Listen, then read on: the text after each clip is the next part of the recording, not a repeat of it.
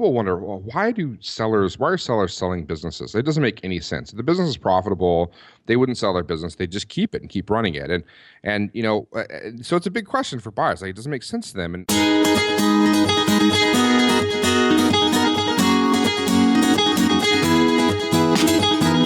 Hey everybody, welcome to the Abroaders Travel Podcast, your weekly meetup with thousands of entrepreneurs, hustlers, creators, nomads, ninjas, wanderers, and world changers, all seeking to build the skills and connections to live a life without borders.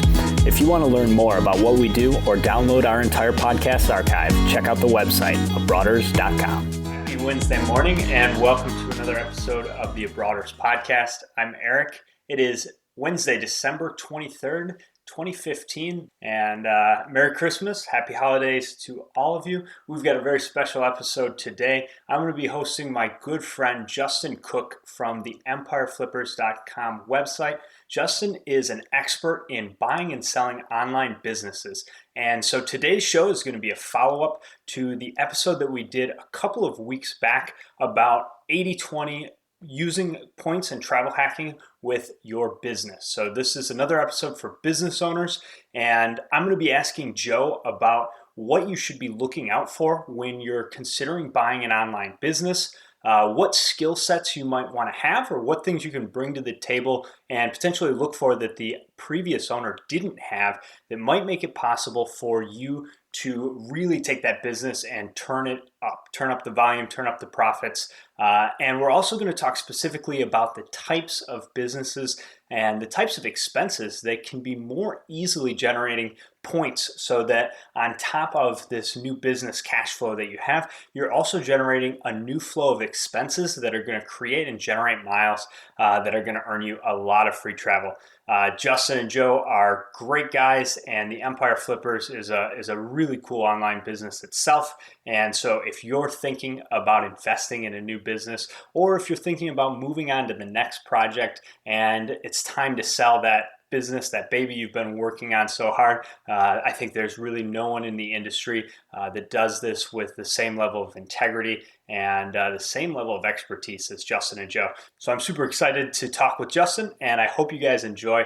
Let's get to the interview. Okay, so I have Justin Cooke from EmpireFlippers.com on today's show. We're going to talk about buying online businesses, specifically how you can possibly turn an online business, a website, into a points generating machine. Justin is an expert on this topic, and I'm just really excited to share with all of you guys this expertise and potentially create some folks out there that have a virtually limitless supply of miles and points. Justin, thanks for being here, man. Thanks, Erik. Really appreciate it, buddy. I'm a fan of the show, by the way. I've listened to a ton of your episodes. The business episode you guys did a few episodes back was fantastic. I'm gonna have to go back and listen to that one again. So any entrepreneurs or small business owners and they want to get some points, that one crushed it, buddy. Well, thank you, man. And definitely same to you. I mean, I really, really think what you guys are up to is incredibly cool. I guess just to sort of give an intro, can you tell the audience what you guys do over at Empire Flippers? Yeah, man. So me and my business partner, Joe, and our team, we run a website brokerage. So, much like there are business brokers that sell gas stations and laundry shops and that kind of thing that are cash flowing, offline businesses, we help people buy, sell, and invest in cash flowing online businesses and websites. So, there are websites that are let's say they're based on AdSense. So you get paid every time someone comes to the site, clicks on an advertisement. You may get paid somewhere between 5 cents and $1.50 for that click, and maybe you get thousands of clicks a month. So that site makes money, and there are people out there looking to invest or ultimately purchase those websites. So we have people that come to us that are looking to sell their websites, and we have a large audience of people looking to buy the site. So we basically just broker the deal. Okay, all right. And as far as if you're looking to purchase a site, I mean, what kind of price range are the sites that you guys deal with at? I mean, do you need to have $50,000 to be able to buy one of these types of businesses? Kind of what types of opportunities are there? Yeah, so here's the deal when you're buying an online business and offline businesses as well. especially let's say under the 5 million range. You get above 5 million, you're talking, what's Twitter worth, or the next Facebook or whatever. That's outside of our scope. I'm talking about regular, businesses for the rest of us. Sure. And when you're talking under 5 million, all the way down to a few $1,000s, websites and online businesses are based on a multiple of net monthly profit. Let's say, for example, that your business profits $1,000 a month. It's an affiliate website or something like that. It's going to be based on a multiple of that net monthly profit. And that multiple usually is somewhere between 20 and 35x. So Okay. a business, pushing out $1,000 in net profit a month will generally sell somewhere between $20 and $35,000. Now, there's a bunch of things that go into the multiple. I mean, obviously that's a big difference. And if you're selling your business, you want to know, are you at the low end of that or the high end of that? A buyer Sure. wants to know too. And that's really going to depend on a lot of things. How old is the business? How long has it been around? How stable is the traffic? How diversified are the traffic sources, the monetization methods? How stable are the monetization methods? And there's a whole bunch of factors that go into it, and we take a look at when we're listing and selling businesses. Okay. All right. That makes sense. So I know that you know quite a bit about miles and points. We've been working together for over a year. You were one of our first customers with the Broaders. And I mean, tell me, I guess, what do you think are some of the best types of online businesses if somebody out there is thinking, they've got a little bit of extra money to invest and they'd like to, see if they can obviously grow the business and make it even more valuable. But if there's also sort of that points consideration of a business that has cash flow and could also fund points that can be used for travel. Do you have any thoughts on sort of what the best types of businesses would be for that sort of joint purpose? Yeah, so there are two separate things there.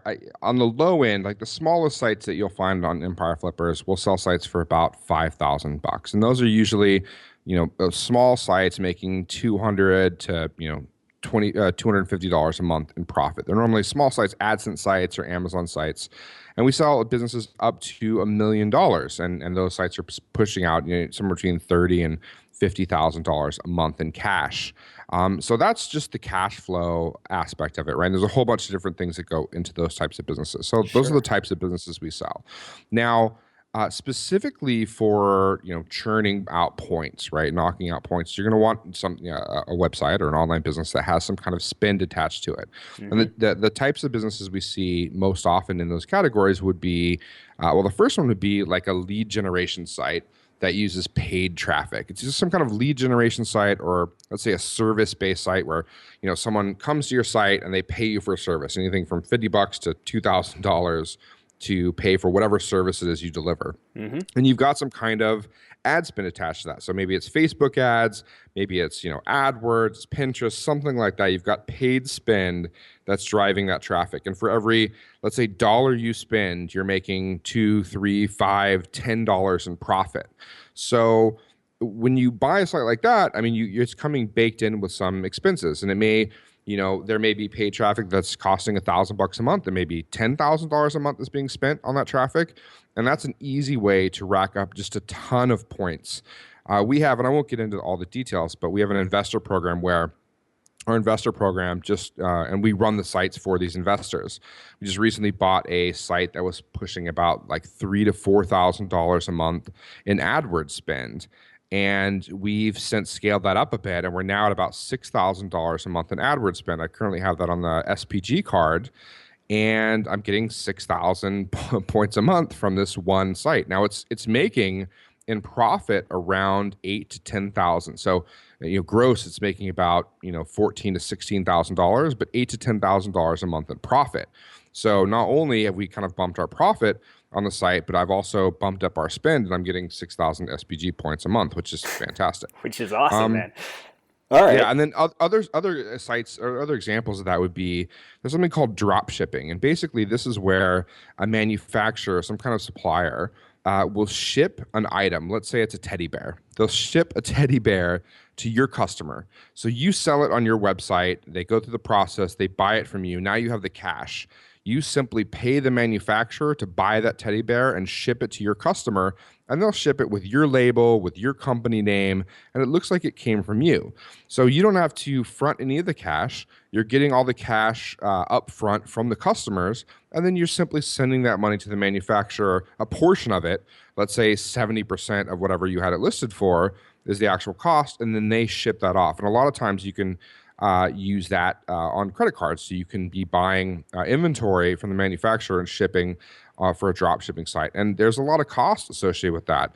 A lot of times the margins are low on drop shipping business, and you Okay. may be able to put a ton of cash on your credit card. So, for example, let's say that a site is selling $10,000 a month worth of teddy bears, and you're spending $7,000 a month with the manufacturer. So, you're having to purchase $7,000 a month worth of inventory. That's $7,000 a month worth of spend and $3,000 a month worth of profit in your pocket. So Sure. that business may cost you $60,000 to $80,000 to buy, but then you're also getting some baked in spend of $7,000 a month in Starwood's points or whatever. Yeah, okay. So, and there's actually two things that you ran through there that kind of have interesting implications to the different points cards that you're going to want to use. So, we were talking about this a little bit on the business episode, and you and I talked briefly about this before we started the show as well. The AdWords and the ad spend businesses kind of have an extra bonus baked in because there are cards that offer 2 or 3x on online advertising. And so you can immediately take that business, that spending cash flow, and assuming that the marketing is sort of set, those campaigns are, I would imagine, coming over with the business. You can kind of turn that on, and I guess so. The question I wanted to ask is, what is your experience with, you come in and buy a business that, let's say, is spending $2,000 a month on ad spend.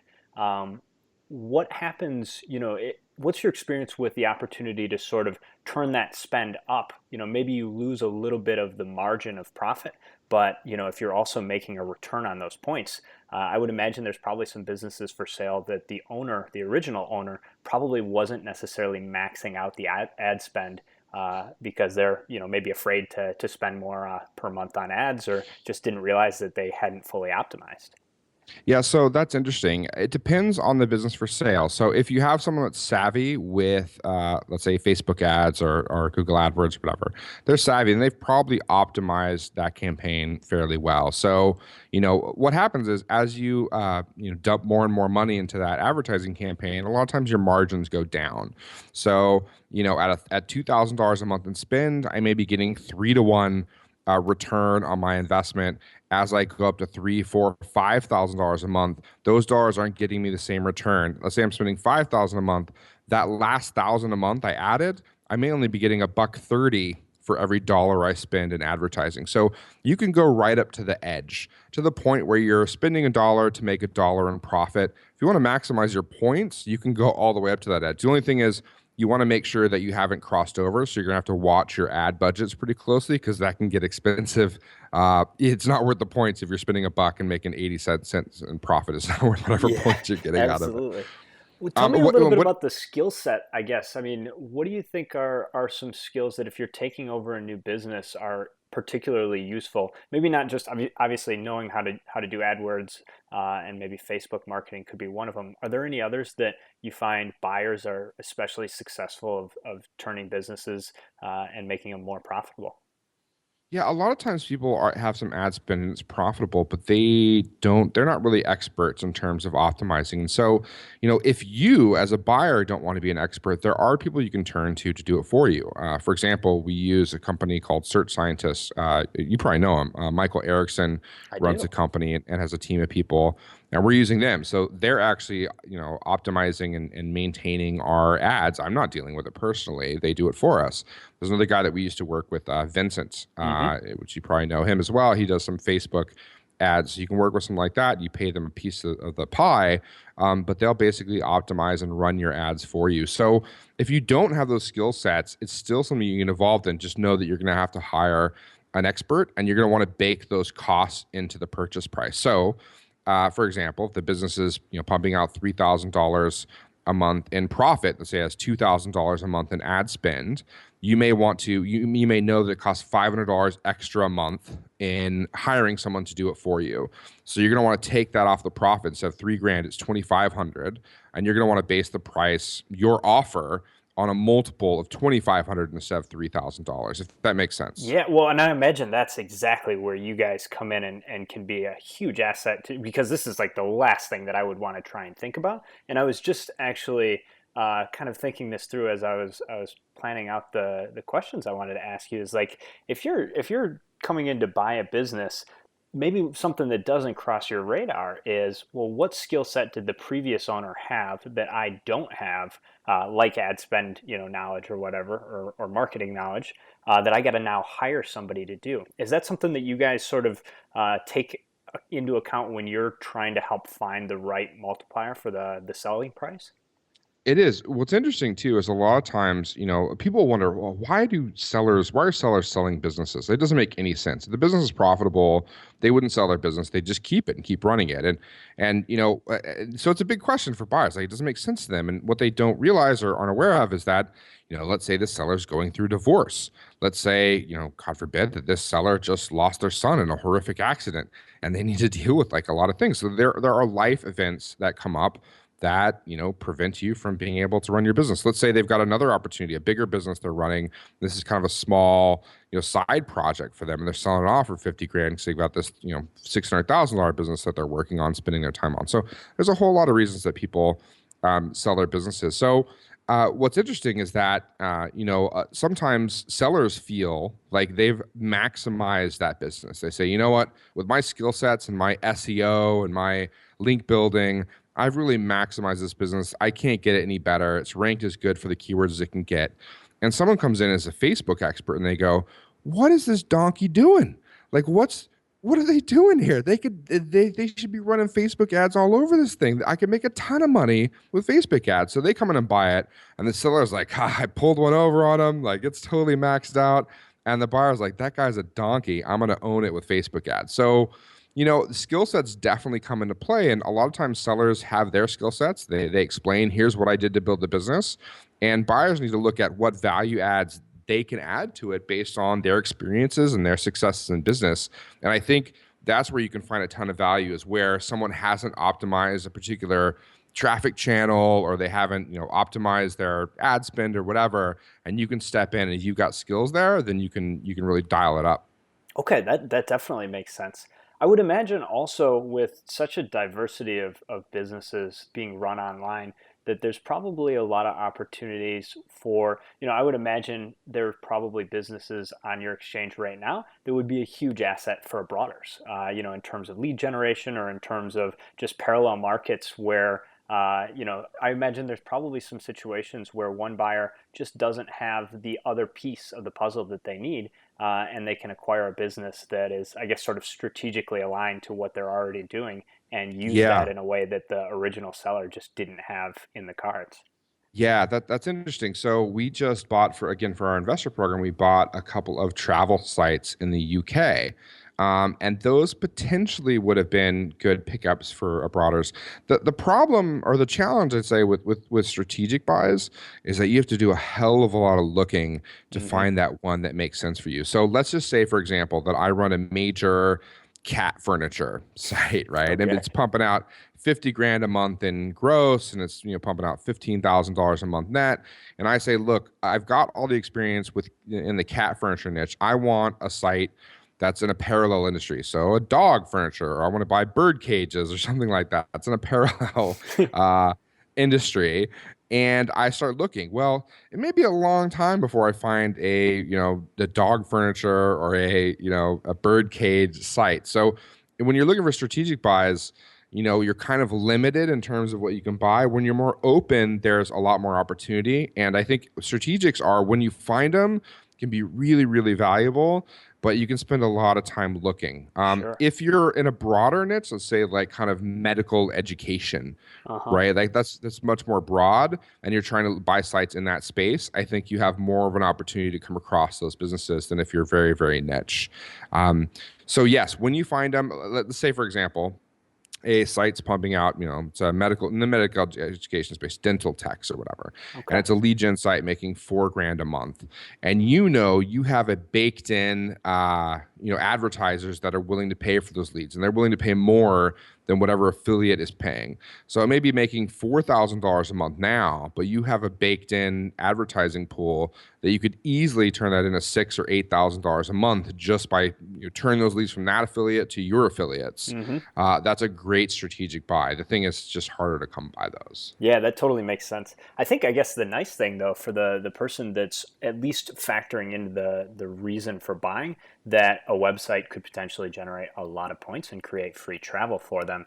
This is something where it really doesn't matter as long as you have enough knowledge to keep that, sort of that base profitability intact and potentially be able to scale up what's already a substantial ad spend or a substantial inventory spend if you're looking at a drop shipping business. If you're looking at spending $10,000 a month on ads with the site, which I would imagine there's probably a lot of sites on your exchange that have somewhere between the $3,000 and $10,000 in ad spend. You're looking Yeah. at a one-way trip every couple of months if you're using the Yeah. right card for that, and that's more than most people even care to travel. To be totally honest. Well, Eric, you blew me away on that last episode, man. You're talking about this Amex Gold or whatever, dude. I'm gonna have to go back and listen to the episode again. I'm out for a new round of cards, and I'm absolutely adding that. I'll get 3 to 1 on my ad spend with Google AdWords and Facebook. Do you know if there's some upper limit on that? Like, if I spent $200,000 in a year, will they shut you off? Like, or do they only give 3 to 1 up to a certain dollar amount? You know what? That's a really good question. I don't know what the upper limit is on that card. I think that it can't be unlimited. I mean, there's got to be at least some sort of hedge there. Yeah. But I would imagine that you're looking at, I would think that you can get at least a million Amex points before they shut down Wow. that So multiplier. Definitely something I'll check out, and if I figure out what the actual answer is, I'll put that in the show notes for the yeah, episode yeah. today. So I'm going to switch my ad spend definitely over that card when I get it. And then for drop shipping sites, obviously you're not getting that same benefit or value. I'd say if you're buying, well, no, I guess it wouldn't work if you're buying like office supplies, but you wouldn't be drop shipping office supplies from office supply stores. But what you could do is then obviously on the drop shipping sites, just put it on valuable currency, right? Put it on Sure. SPG. Yeah. You can put it on Amex, something that's transferable. That's, not just with one airline. That's great. Yeah, well, and the other thing I was actually going to say is if you do run into those limits where you've reached the point where your multiplier, your 3x or your 2x has maxed out, there's also generally room to get a second card, right? I mean, you've got a business partner Joe, I've got a business partner AJ. Both of us can get the Amex business card in our own names because I mean one of the huge things about business cards is you can apply as a sole proprietor and use your social security number where the employer ID number, and it's totally above board. You're disclosing to the bank that you're operating this business and they're issuing the card to you. And Yeah. regardless, until you have a big time business, all small business cards are issued on personal credit anyways. Yeah. So the opportunity there is I can get a card for my business, a Broaders, with a Broaders tax ID number as a corporation. I can also get one for myself. And if you've got a partner or somebody that you trust that can do the same, now you're looking at a situation where you've got 3 or 4 cards. I think for 20 minutes of extra time, you can probably free up an extra 500,000 Amex points of bonus spend just by doing that. Yeah, it's interesting. It's funny you mentioned that though. That small business cards are based on personal credit, and that's definitely true for us. But we do have some credit that is based on our company credit. Mm-hmm. So things like Cabbage, and there are some other things that are based on company credit. At what level? I mean, if you're the CEO of Coca-Cola, for example, guy's not putting it on his personal personal social. Like, at what level do you now get credit cards for your business based on business credit? Do you know? I don't really know what level, but I think the one key takeaway is that as far as the rewards go, I think that sort of the upper limit is the personal small business credit cards because the banks have a totally different game going with the big businesses in Yeah. terms of how they're rewarding and how they're trying to influence decision making at a company, like Coca-Cola, or even just a company that's got, 200 employees and some serious revenue. What the opportunity for the points part of it is definitely still in the small business range where you've got those cards that are tied to you. And, the other big thing is like, we're not really at a point where we've got a ton of company travel per se. We've got a small team. We've got 7 people right now. But the company that's got maybe 10 people or 15, and you're doing quite a bit of travel. I mean, I know you and Joe and some of your staff move around quite a bit. That can make a huge difference. If you're able to channel some of the points that your business is generating, then, you can show up if you got to go on a long haul flight, get back to North America from Asia. You don't have to do it crammed into coach, and, you're Yeah. still paying 50 or $100 instead of $3,000. Yeah, that's interesting. Right now, Joe and I kind of use it for our benefit, but all these cards and everything I'm doing is basically on my points and on my credit for the most part. And I was wondering, at what point do I separate that out? Are they business points versus, Justin points? And that's something I haven't really figured out. So I don't know. It's interesting, and I think you're right though. At some point, when businesses get big enough, they don't care about their American points. They want better margins. They want lower fees, Yeah. transactional fees, and like that turns into being hundreds of thousands or millions of dollars. And they're like, no, I'll take the cash, thanks. Right? For sure. Well, and that's actually an interesting point. I'm sure there's other people listening that are sort of in that position as well with a business partnership. AJ and I are very much in a similar spot where most of the cards that we use are cards that I took out, for the business, and it works out pretty well. I think there's definitely room to sort of split things up, and I, generally, as we said on this business episode a couple of weeks ago, you actually, from a tax perspective, if you're not going to have enough points to cover all of your travel, you really want to use the points that are being generated by your business to fund personal travel, like purely personal travel that has no justifiable business excuse. So you use the points, which are totally tax-free, to go on a vacation with your girlfriend in first class. And then, if you've got a business flight that you have to take and you don't have enough points to do both, then you maybe use the business to buy the Yeah. ticket cash for the business flight, and that's a write-off. Well, with a recent, American devaluation or whatever, I'm realizing, and I'm pretty new at all this, right? Year and a half in or so, I'm realizing that, there is no point in hoarding points, right? It just doesn't make a lot of sense. Like, just Yeah, spend them, earn right? and If you're burn 'em. making them, spend them.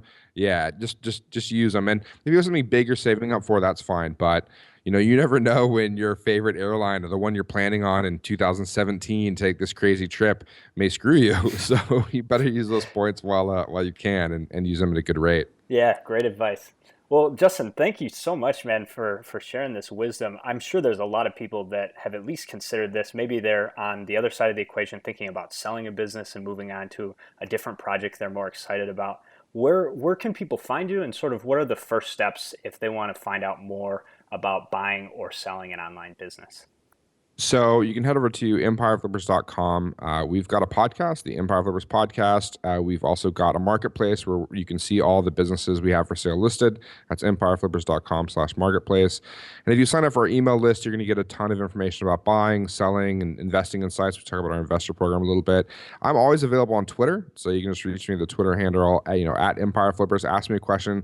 I'd love to talk to some fellow travel hackers and Abroaders fans about what they can do in terms of drop shipping businesses, in terms of ad word spend, Facebook ad spend businesses, in terms of maximizing their points. So it'd be really cool. Awesome, man. Thank you so much. Really appreciate it. Thanks, Erik. Appreciate it. All right, that's going to do it for today's show. Merry Christmas and happy holidays to all of you. We will be back one more time in 2015. I do encourage you very, very much to go over and check out empireflippers.com. They've got a great podcast, and if you are thinking about buying or selling a website, Justin and Joe and the entire Empire Flipper team run their business with a ton of integrity, and you would be extremely well served to have them on your side, regardless of which side of the equation you are on. This week's international jam is a track by a Brazilian hip-hop artist called Oriente. The title is Linda, Louca e Mimada, which means pretty, crazy, and spoiled. I hope you guys enjoy. I will see you next week, 8 a.m. Eastern Standard Time. Wherever you are, travel safe. Ela só quer viajar, ela só quer viajar. Da night pra praia, da praia pra casa, da casa pro lar. No drop alucinante, constante da onda eterna. Quem reina é ela no reino do mar. Ela só quer viajar, Ela só quer viajar, ela só quer viajar daqui pra qualquer lugar. A gata risca e dropa, linda, louca e mimada. Bendito seja o homem que possa conquistá-la. Quem tem 99% é quente, tem que ver de perto. Ela é doce salbala, embalada ela dança. Hey brothers, don't be shy. Hop over to the website and join our email list for exclusive travel hacking content. If you like what we're up to, the best way you can support the show is by leaving us a 5-star review on iTunes. Lastly, we would love to hear from you, so send your show feedback to Erik or AJ@abroaders.com. We will see you next week. Mas a pele bem tratada, como pode ser tão gata e ao mesmo tempo tão louca? Um homem que já teve sua companhia jamais se satisfaz com outra. Troca de roupa 1000 vezes até decide a melhor. Já foi muito magoada, por isso mágoa sem dó. Pra ter sua companhia só se ela simpatizar. Tem seu carro, tem sua casa, seu dinheiro pra pagar. Tem uma frase que repete e segue que a faz flutuar. Não importa onde estamos, nossa mente é nosso lar.